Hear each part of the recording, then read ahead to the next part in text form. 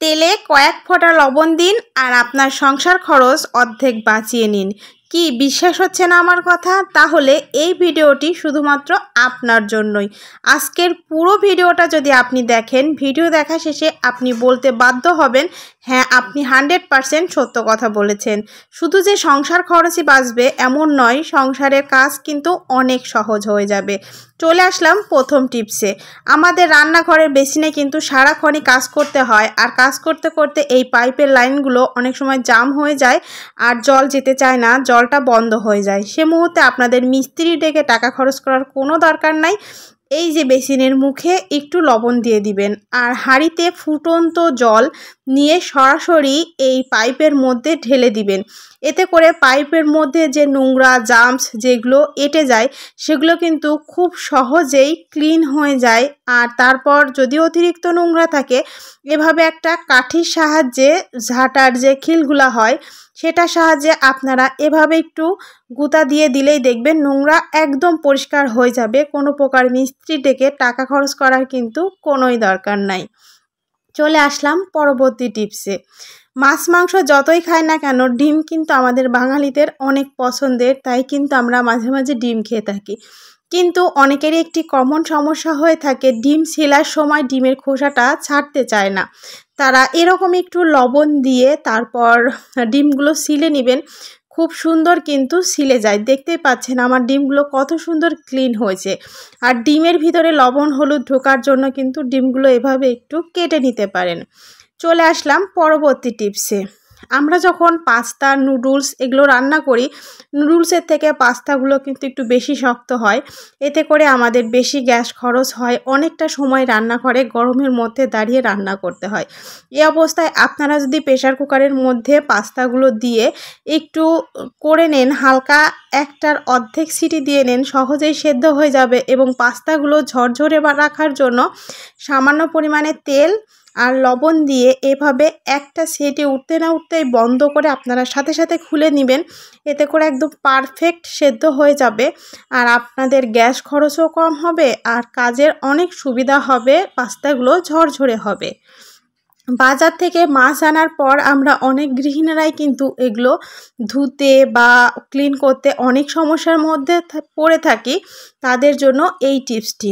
প্রথমে মাছটা আপনারা একটু লবণ দিয়ে এভাবে কিছুক্ষণ মাখিয়ে তারপর জল দিয়ে 1-2 বার ধুয়ে নিলেই কিন্তু মাছ খুব ভালোভাবে ক্লিন হয়ে যাবে।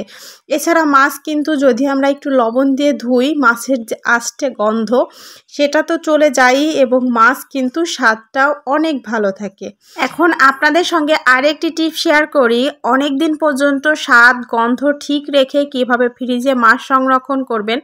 এভাবে যদি পলিতে রাখেন তাহলে কিন্তু ডাবল পলিথিন করবেন এবং সবথেকে ভালো হয় যদি আমরা কোনো বক্সে করে ফ্রিজে রাখতে পারি। আর যদি পলিতেও রাখেন তাহলে প্রথমে পলিতে রেখে তারপর ডাবল পলিথিন করে নেবেন। তারপর এরকম একটা বড় বক্সের মধ্যে সমস্ত মাছের যে পলিতে আমরা মুড়িয়েছিলাম সেটা এইভাবে রেখে তারপর বক্সের মুখটা খুব ভালোভাবে আটকিয়ে তারপর ডিপ ফ্রিজে সংরক্ষণ করবেন। এতে করে কিন্তু মাসের পর মাস একদম মাছ ফ্রেশ টাটকা এবং স্বাদটা ভালো থাকে। টিপসটা আপনারা একবার হলেও বাসায় ট্রাই করবেন আর ফলাফলটা কিন্তু কমেন্টে জানাতে ভুলবেন না। তো এখন কিন্তু গরমের সময় আর আমাদের সিলিং ফ্যানটা কেন জানি না কয়েকদিন পর পরই অনেক বেশি নোংরা হয়ে যায়। যদি না আমার মতো এরকম রান্নাঘরের পাশে আপনাদের ফ্যান থাকে তাহলে তারও বেশি নোংরা হয়। তো সিলিং ফ্যান পরিষ্কার করার সময় দেখবেন নিচে বিছানাতে এভাবে নোংরা পড়ে যায়। এতে করে আমাদের ডাবল খাটনি হয়, অনেক বেশি পরিশ্রম করতে হয়। তো সেক্ষেত্রে আপনারা কি করবেন, এরকম একটা পুরাতন বালিশের কভার আপনারা নিয়ে ফ্যানের পাখার মধ্যে এভাবে ঢুকিয়ে টান দিবেন। এতে করে এই যে ফ্যানের গায়ের আলগা নোংরাগুলো এগুলো একদমই মেঝেতে বা বিছানাতে পড়বে না, এই যে কভারের মধ্যেই থাকবে। সেগুলো আপনারা বাইরে ঝেড়ে ফেলে খুব সহজেই কিন্তু ফ্যানটা ক্লিন করতে পারেন। তারপর এই যে একটা ভিজা ন্যাকড়ার সাহায্যে আমি একটু মুছে নিয়েছি। এতেই দেখুন আমার ফ্যানটা একদম নতুনের মতো চকচকে হয়ে গেছে আর ফ্যানের বাতাসও কিন্তু অনেক বেশি হয়ে গেছে। তো আমরা বিভিন্ন কাজে এই টেপগুলো ব্যবহার করে থাকি, কিন্তু এই টেপের একটি সমস্যা হয় কি, কাজ করার পরে যখন নতুন করে আমরা আবার কাজ করতে যাই এর মুখটা আমরা খুঁজে পাই না, এমন বিশ্রীভাবে এর সঙ্গে জয়েন হয়ে যায়। তো আপনারা কি করবেন, যখন কাজ করা শেষ হয়ে যাবে তখন এভাবে একটা কাঠির সাহায্যে যদি আপনারা এই শ্যালো টেপটা এভাবে আটকে রাখেন, পরবর্তীতে কাজ করার সময় মুখটা খুব সহজেই খুঁজে পাবেন। তো আমার এই ছোট ছোট টিপসগুলো যদি আপনাদের কাছে ভালো লেগে থাকে প্লিজ একটা লাইক করতে কেউ ভুলবেন না। আর অবশ্যই পরবর্তী নতুন ভিডিও দেখার জন্য আমার চ্যানেলটা সাবস্ক্রাইব করে রাখবেন, ফেসবুক থেকে দেখলে আমার পেজটা ফলো দিয়ে রাখবেন।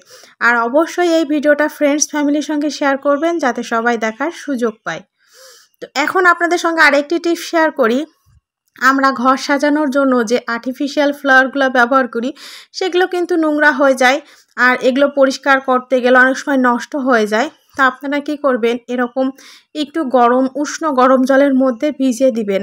আর এই যে আমাদের যে বিভিন্ন সফট টয়গুলো থাকে সেগুলো কিন্তু বাচ্চারা খেলা করতে করতে নোংরা হয়ে যায়।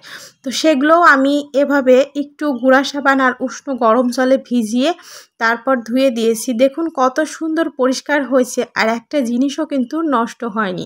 তো এই টিপসটা আপনারাও কিন্তু ফলো করতে পারেন। আর সফট টয়ের ভিতরে তুলাগুলা আপনারা বের করে নিয়ে যদি কেচে দেন তাহলে কিন্তু খুব সহজেই শুকিয়ে যাবে। আশা করছি এই টিপসটি আপনাদের ভালো লেগেছে। ভালো লেগে থাকলে অবশ্যই একটি লাইক দিয়ে আর কমেন্ট করে জানাতে ভুলবেন না। চলে আসলাম পরবর্তী টিপসে। এই যে চালের বস্তাগুলো আমরা বাজার থেকে আনার পর এগুলো কিন্তু ফেলে দিই বা কোনো কাজে ব্যবহার করি না।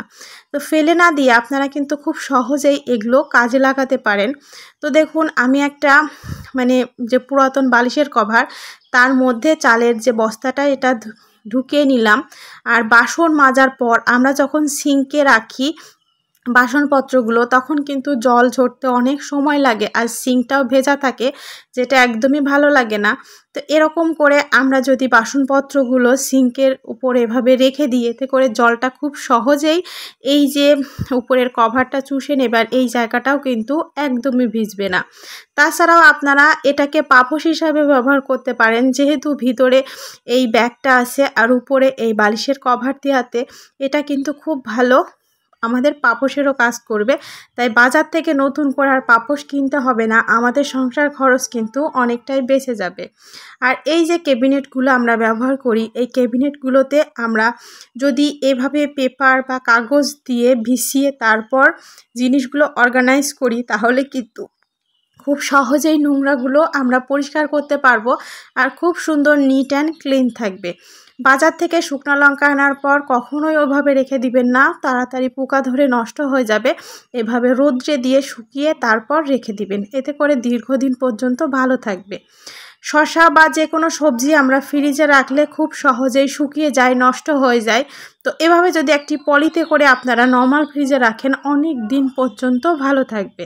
চলে আসলাম পরবর্তী টিপসে। বাজার থেকে একটা ঝাড়ু কিনলে দেখা যায় কয়েকদিন ব্যবহার করার পরে আমাদের ঝাড়ুটা নষ্ট হয়ে যায়, তারপর আবার নতুন করে টাকা দিয়ে ঝাড়ু কিনতে হয়। তো ঝাড়ু কেনার পর আপনারা কি করবেন, এভাবে এই যে টেপটা আছে শ্যালো টেপ, এর সাহায্যে আপনারা ঝাড়ুর এই যে এই জায়গাটাতে খুব ভালো করে শ্যালো টেপ লাগিয়ে দিবেন, একটু বেশি ডিপ করে। ঝাড়ু কিন্তু ভাঙে এখান থেকেই, তো এখানটাতে যদি খুব ভালোভাবে টেপটা লাগিয়ে আপনারা রাখতে পারেন দেখবেন ঝাড়ু যতই হোক না কেন ঝাড়ু দেন একদমই কিন্তু নষ্ট হবে না, ভেঙে যাবে না।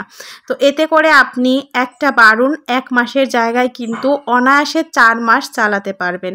এতে করেও কিন্তু আমাদের সংসার খরচ অনেকটাই বেঁচে যাবে। তো ঝাড়ু নিয়ে আপনাদের সঙ্গে আর একটা টিপস শেয়ার করি। নতুন ঝাড়ু আনার পর দেখা যায় ঝাড়ুর এই ফুলগুলোতে অনেক বেশি নোংরা থাকে, যেটা দিয়ে আমাদের ঘর আরও বেশি নোংরা হয়। তো আপনারা কি করবেন, নতুন ফুল ঝাড়ু আনার পর একটা চিরুনি দিয়ে এভাবে ঝাড়ুটাকে আঁচড়িয়ে নেবেন। এতে করে ঝাড়ুর ফুলের মধ্যে যে নোংরা বা ফুলগুলো থাকবে খুব সহজেই কিন্তু ঝাড়ুর থেকে আলাদা হয়ে যাবে। আর যখন আমরা এটা দিয়ে ঘর ঝাড়ু দিব তখন কিন্তু আমাদের ঘরটা আর নোংরা হবে না, খুব সহজেই আমরা ঘরটা ক্লিন করে নিতে পারবো। আশা করছি এই টিপসটি আপনাদের অনেক কাজে লাগবে। আর আমার প্রত্যেকটা টিপস কার কাছে কোন টিপসটা ভালো লেগেছে এবং কে কোথা থেকে আজকের এই ভিডিওটা দেখছেন প্লিজ কমেন্টে জানাবেন, আমার ভালো লাগবে। আমি প্রত্যেকটা টিপস শেয়ার করছি যেগুলো নতুন পুরাতন প্রত্যেকটা গৃহিণীরই অনেক কাজে লাগবে। দেখা যাচ্ছে হাতের কাছে সহজ জিনিস আমরা অনেক সময় বুঝতে পারি না। তো আশা করছি আপনাদের ভিডিওটা ভালো লাগছে, আর ভালো লাগলে অবশ্যই কিন্তু ছোট্ট একটা কমেন্টের মাধ্যমে আমাকে জানাবেন। তো এই যে সয়া বড়ি, এটা কিন্তু অনেক পুষ্টিগুণে সমৃদ্ধ, আমরা বড়রা ছোটরা অনেকেই পছন্দ করি। তো এই সয়া বড়ি কিন্তু প্রথমে গরম জলে ফুটিয়ে নরম করে নিতে হয়। তো আপনাদের সংসার খরচ বাঁচানোর জন্য এই যে দেখুন, এখানে এক্সট্রা করে গরম জলে ফোটানোর কোনো দরকার নাই। জাস্ট সয়া বড়িতে এভাবে একটু গরম জল আর লবণ দিয়ে আপনারা যদি 5 মিনিট ঢেকে রেখে দেন তাহলে কিন্তু এমনিতেই এটা নরম হয়ে যাবে, ফুলে ডাবল হয়ে যাবে। আমাদেরকে এক্সট্রা করে এটা ফুটাতে হবে না। এতে করে আপনার সংসারের কাজ যেমন সময় বেঁচে যাবে, তেমনি কিন্তু আপনার গ্যাস খরচও অনেক বেঁচে যাবে। আশা করছি এই টিপসটিও আপনাদের কাছে অনেক বেশি ভালো লেগেছে। আসলে প্রতিটা টিপস আমি ব্যবহার করে যখন উপকার পাই সেটাই আপনাদের সঙ্গে শেয়ার করি, যাতে আপনাদেরও উপকার হয়। চলে আসলাম পরবর্তী টিপসে। আমরা যখন অল্প তেলে কোনো কিছু ফ্রাই করতে যাই সেটা কিন্তু কড়াইয়ের নিচে লেগে যায়। তো এজন্য আপনারা কি করবেন, তেলের মধ্যে কয়েক ফোঁটা লবণ ছিটিয়ে দিবেন। এতে করে আপনি যত কম তেলেই রান্না করেন না কেন, কোনো কিছুই কিন্তু আপনার কড়াইয়ের সঙ্গে লাগবে না।